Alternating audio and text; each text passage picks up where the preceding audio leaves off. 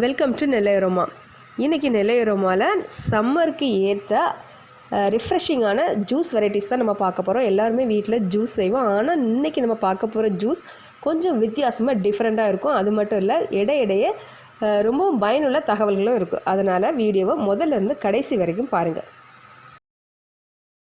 Grape juice.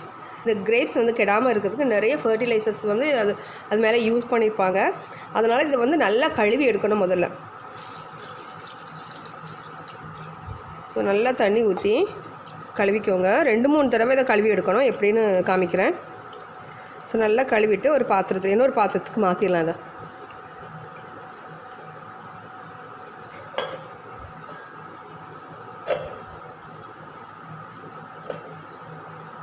கிரேப்ஸை கழுவி வேறு பாத்திரத்தில் மாற்றியாச்சு.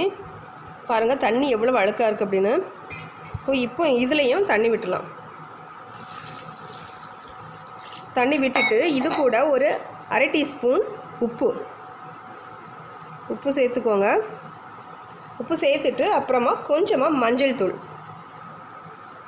இது ரெண்டும் சேர்த்து நல்லா கலந்து இதை ஒரு 15 நிமிஷம் ஊற வச்சிடலாம். மஞ்சள் வந்து நல்ல ஒரு கிருமி நாசினி.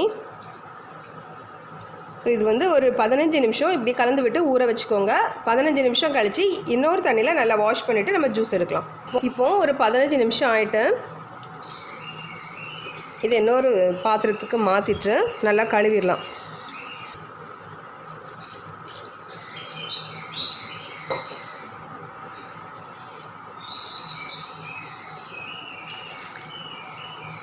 இப்போ இதை நல்லா கழுவிட்டு பிளெண்டரில், அதாவது மிக்ஸி ஜாரில் சேர்த்துடலாம். இது கூட ஒரு 2 ஸ்பூன் சுகர் சேர்த்துட்டு கொஞ்சமாக தண்ணி சேர்க்குறேன். உங்களுக்கு தண்ணி எவ்வளோ வேணுமோ அந்த அளவு சேர்த்து இதை ஜூஸாக நம்ம அடித்து எடுத்துடலாம்.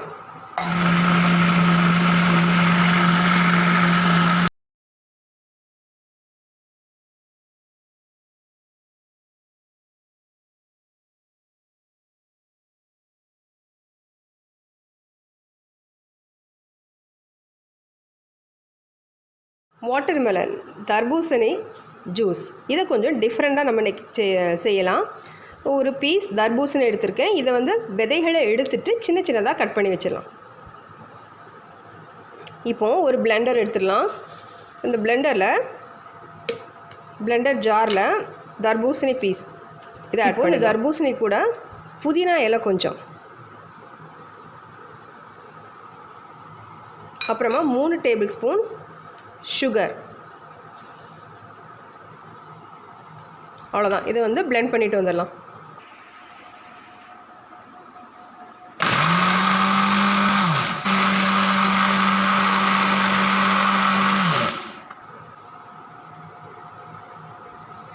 இப்போ நம்ம பிளெண்ட் பண்ணி எடுத்த அந்த தர்பூசணி ஜூஸை அது அரிப்பு வச்சு ஸ்ட்ரெயினர் வச்சு வடிகட்டி எடுத்துடலாம். இதுக்கு வந்து தண்ணி சேர்க்க வேண்டாம். தண்ணி சேர்த்திங்கன்னா டேஸ்ட் வந்து கம்மியாகும். இப்போ வந்து இதை வந்து எப்படி அரிக்கணும் அப்படின்னா, சில பேர் வந்து ஸ்பூன் போட்டு கரண்டி போட்டு கிண்டுவாங்க. அப்படி கிண்ட வேண்டாம். இந்த கை வச்சு லைட்டாக இப்படி தட்டி விட்டிங்கன்னா போதும், நல்லா வடிகட்டிடும். ஜூஸை வந்து நல்லா வடிகட்டியாச்சு. இப்போ இதில் வந்து ஒரு 2 பிஞ்ச் அளவு சால்ட், உப்பு போட்டுக்கோங்க. தர்பூசணி ஜூஸோட டேஸ்ட்டை வந்து சூப்பராகவே தூக்கி கொடுக்கும். கண்டிப்பாக அந்த சால்ட்டை வந்து மிஸ் பண்ணாதீங்க. சால்ட்டு சேர்த்து நீங்கள் செஞ்சு பாருங்கள், சூப்பராக இருக்கும். இப்போ நல்லா கலந்துட்டு நம்ம சர்வ் பண்ண வேண்டியதான். இப்போவும் ரொம்பவே ரிஃப்ரெஷிங்கான டிஃப்ரெண்ட்டான டேஸ்ட்டோட தர்பூசணி கண்டிப்பாக ட்ரை பண்ணி பாருங்கள். ரொம்பவே டேஸ்ட்டாக இருக்கும்.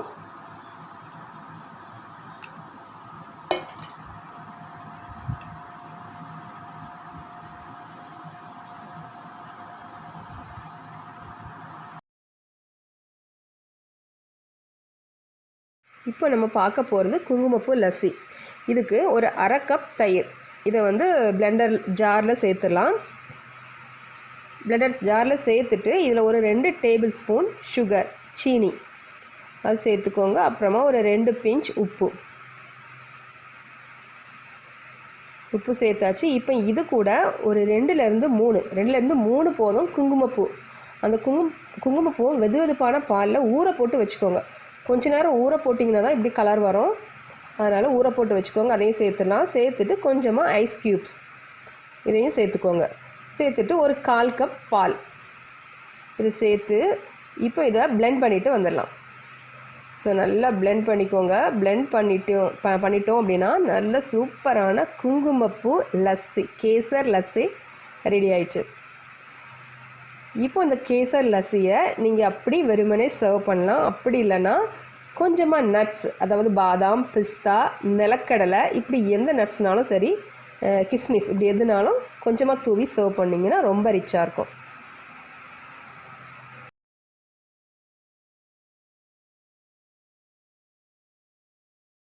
அடுத்து நம்ம பார்க்க போகிற ஜூஸ் என்ன அப்படின்னா கேரட் ஆப்பிள் ஜூஸ். இந்த கேரட் ஆப்பிள் ஜூஸ்க்கு நான் 2 கேரட் எடுத்துக்கேன். 2 சின்ன கேரட் தான், பெருசாக இருந்துச்சுன்னா 1 கேரட் எடுத்துக்கோங்க. அப்புறமா ஆப்பிள் 1.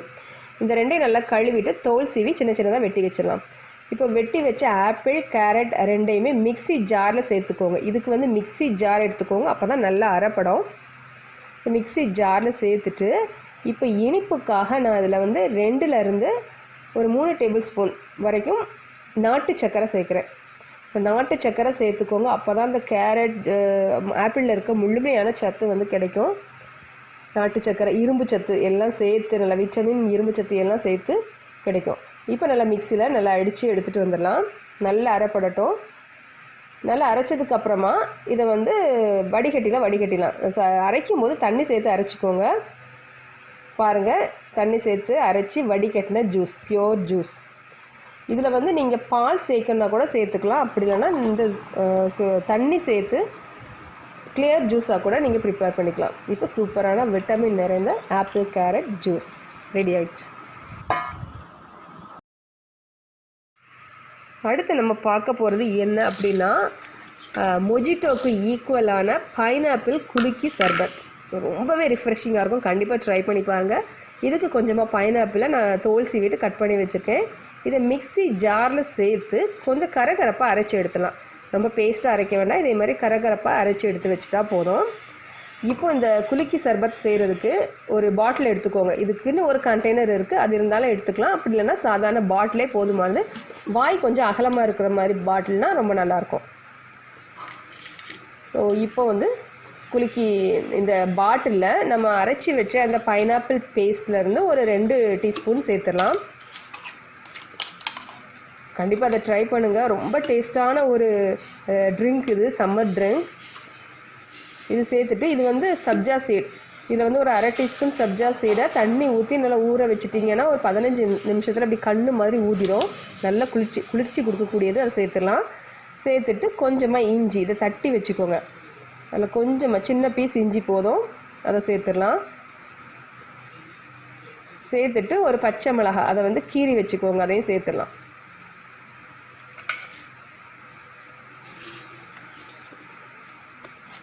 இப்போ இதில்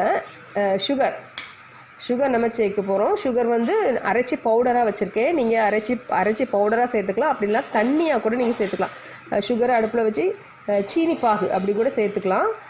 இது வந்து ஒரு 4 டேபிள் ஸ்பூன் கூட சேர்த்துக்கோங்க, அப்போ தான் நல்லாயிருக்கும். ஒரு 2 பிஞ்ச் உப்பு. ஏன்னா முழு சீனியாக போட்டிங்கன்னா கரையாது, அதுக்காக தான் நான் பவுடராக போடுறேன்.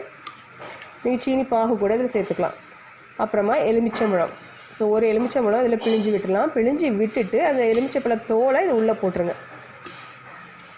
ஒரு எலுமிச்சம்பழம், இந்த 2 அந்த பாதியாக வெட்டி வச்சது 2ஐயுமே சாறு எடுத்துகிட்டு அந்த தோலை உள்ளே போட்டுடலாம். உள்ளே போட்டுட்டு இதுக்கு தேவையான தண்ணீர், நல்லா ஐஸ் வாட்டர் ஊற்றிக்கோங்க. அவ்வளோதான். இது வந்து ஒரு 2 பேர் குடிக்கிற மாதிரி இருக்கும். இப்போ நல்லா ஐஸ் வாட்டர் ஊற்றிட்டு நல்லா மூடி நல்லா ஷேக் பண்ண வேண்டியதான். நல்லா குலுக்கிக்கோங்க. ஸோ குலுக்கும் போது தான் அந்த பச்சை மிளகாய், இஞ்சி எல்லாத்தோட ஃப்ளேவரும் இறங்கி சூப்பரான இருக்கும். நீங்கள் மொஜிட்டோக்கே போக வேண்டாம். அதே மாதிரி ஒரு சூப்பரான ட்ரிங்க் இது. நேச்சுரலான இன்க்ரீடியன்ஸோட. கண்டிப்பாக அதை ட்ரை பண்ணி பாருங்கள். இப்போ நம்ம சூப்பரான பைனாப்பிள் குலுக்கி ரெடி ஆயிட்டு. பிளெயின் குலுக்கி சர்பத் நான் ஏற்கனவே அப்லோட் பண்ணியிருக்கேன், நீங்கள் பாருங்கள். ரொம்பவே நல்லா ரெஃப்ரெஷிங்காக இருக்கும். கண்டிப்பாக ட்ரை பண்ணி பாருங்கள்.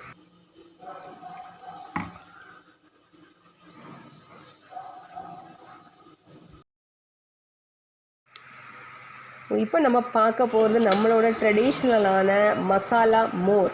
இதுக்கு வந்து பிளெண்டர் ஜார் எடுத்துகிட்டு அதில் 1 கப் இது 2 பேர் நல்லா நிறைய ஒரு பெரிய டம்ளர் நிறைய குடிக்கிற அளவுக்கு 1 கப் தயிர், கெட்டியான தயிர் சேர்த்துருக்கேன். இது கூட ஒரு 1/2 டீஸ்பூன் சின்ன சீரகம், அப்புறமா கொஞ்சமாக கறிவேப்பிலை, கொஞ்சமாக மல்லி இலை, 2ஐயும் பொடியாக வெட்டி வச்சுக்கோங்க. அதை சேர்த்துலாம். சேர்த்துட்டு பச்சை மிளகா, இஞ்சி சின்ன துண்டு, பச்சை மிளகா விருப்பம்னா போட்டுக்கலாம். நான் கொஞ்சமாக தான் சின்னதாக போடுறேன். அப்புறமா இந்த மசாலா மோருக்கு தேவையான உப்பு இதையும் சேர்த்துட்டு நல்லா வாட்டர், அதாவது குளிர்ந்த தண்ணி, ஐஸ் வாட்டர் சேர்த்துக்கோங்க. அப்போ தான் நல்லாயிருக்கும் குடிக்கும்போது. ஐஸ் வாட்டர் சேர்த்துட்டு நல்லா மிக்சியில் பிளெண்ட் பண்ணி எடுத்துகிட்டு வந்துடலாம்.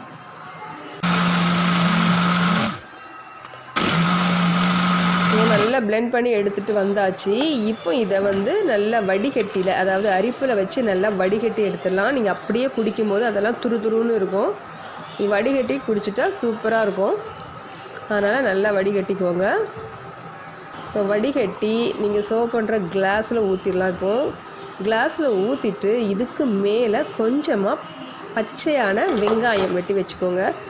விருப்பப்பட்டீங்க அப்படின்னா வெங்காயம் சேர்த்து பரிமாறுங்க. ஏன்னா வெங்காயத்தில் அவ்வளோ சத்து இருக்குது பச்சையாக சாப்பிடும்போது.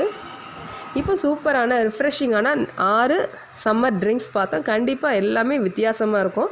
ட்ரை பண்ணி பாருங்கள். ட்ரை பண்ணி பார்த்துட்டு உங்கள் கமெண்ட்ஸை கமெண்ட்ஸ் பாக்ஸில் போடுங்க. தேங்க்யூ.